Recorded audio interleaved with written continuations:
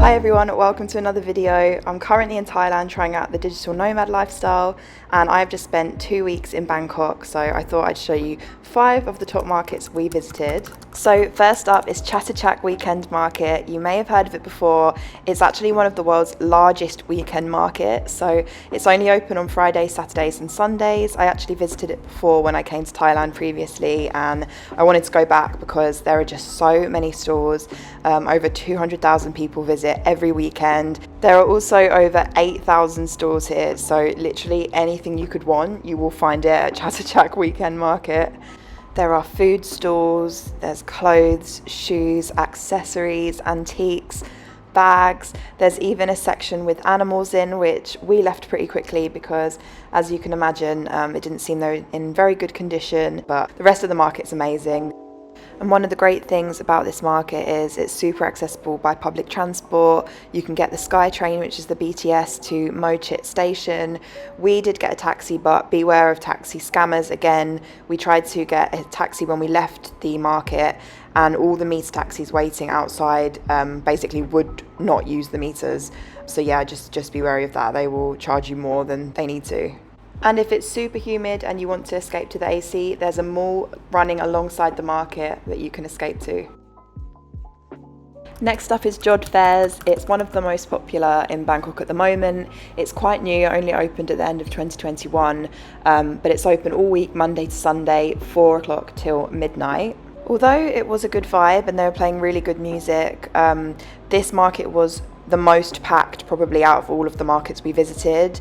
It was super hot because all of the stores are really close together cooking, and just in general it's very packed in, so you find that there is just a lot of people in a very small space. One of the great things about Jodd Fairs is that there's such a good selection of food. Whether you're looking for some classic Thai food or just some pizza, it's going to be at Jodd Fairs. As you can see here, there are some tables to sit down and eat, but there weren't many. We actually couldn't find any to properly sit at. At the front of Jodd Fairs, there were a couple of bars with big seating areas, but you can only sit there if you do buy a drink from the bars, obviously. This was some salmon sashimi we got. It was so delicious. Something Jodd Fairs is super popular for is the leng zab soup. As you can see here, people are queuing. This is it. It's a huge pork bone soup that is really famous in Thailand, and we do want to try it. We've not tried it yet. I was just so basic and got this corn dog instead. Jodd Fairs is located a short walk from the Phraram 9 MRT station, which is on the MRT Blue Line. You can also get a taxi to it. One of our favourite things on this trip to Thailand so far has been the smoothies. We're just obsessed. Every time we go to a market, we get a smoothie. There was also food available that I personally wouldn't choose. This was a squid shot, so they fished the squid live out of that tank and then shot it.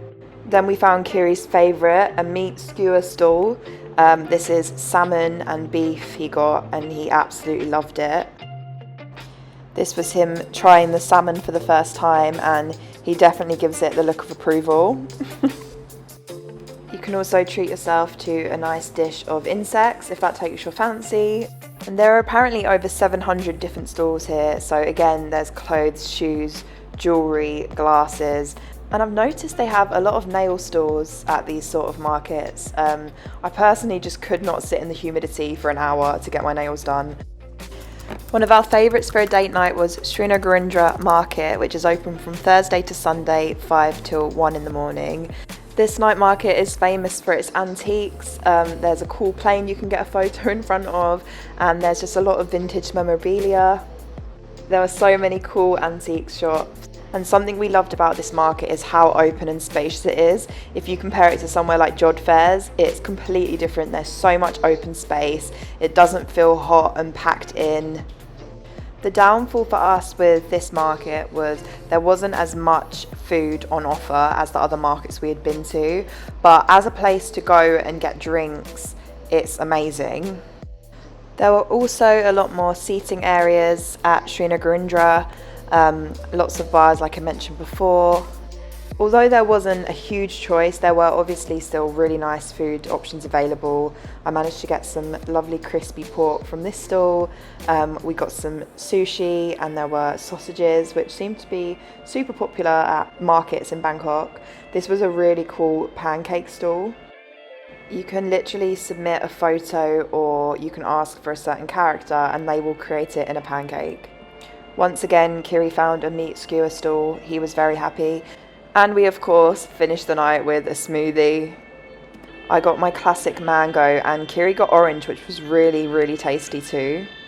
We also got this delicious rolled ice cream, but I could not finish this to myself, so if you're a couple, I would definitely recommend just getting one to share. Srinagardindra is a little bit further out from the centre of Bangkok, so it did take us about 35 minutes in a taxi. You can also get the BTS to On station and then get a meter taxi from there, which will cost you less.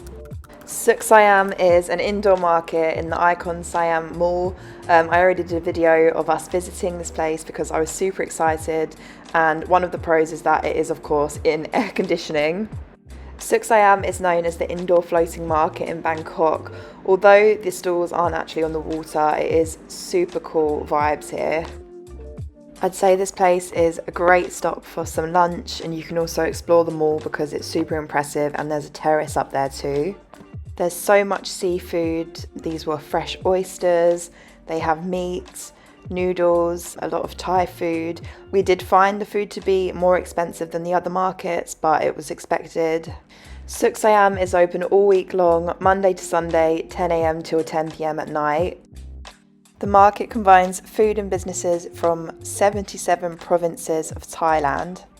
And it's not only food you can buy here, there are also stands with jewellery, accessories, bags and other things like that. Damnoen Saduak market is one of the most famous floating markets in Thailand. The market is open Monday to Sunday, 8 AM till 4 PM in the afternoon. Although it's in the top 5 markets, I would definitely say it's more of a tourist attraction. There are stalls both on and off the water, but when you're actually on the boats, everything's quite rushed. So if you want to take your time on the floating market, I would definitely recommend hiring a private boat. And it's quite affordable. A private boat is about 400 to 600 baht, which is around £8 to £10. This floating market is about an hour-and-a-half drive from Bangkok, so that's something to bear in mind. It's not really easy to get there via public transport, so your best option is either a private taxi or book with a tour company. We did a half-day tour and combined it with the railway market. I didn't include the Maeklong railway market in this video because we didn't get a chance to properly see it. It was quite rushed, and from what we did see, it wasn't that great. I think you just go there more for the thrill of the train passing through. Anyway, I hope you found this video useful if you're visiting Bangkok soon, or you're just interested to see what kind of markets are available in Bangkok. It would mean so much if you could subscribe and like the video. There's more coming soon.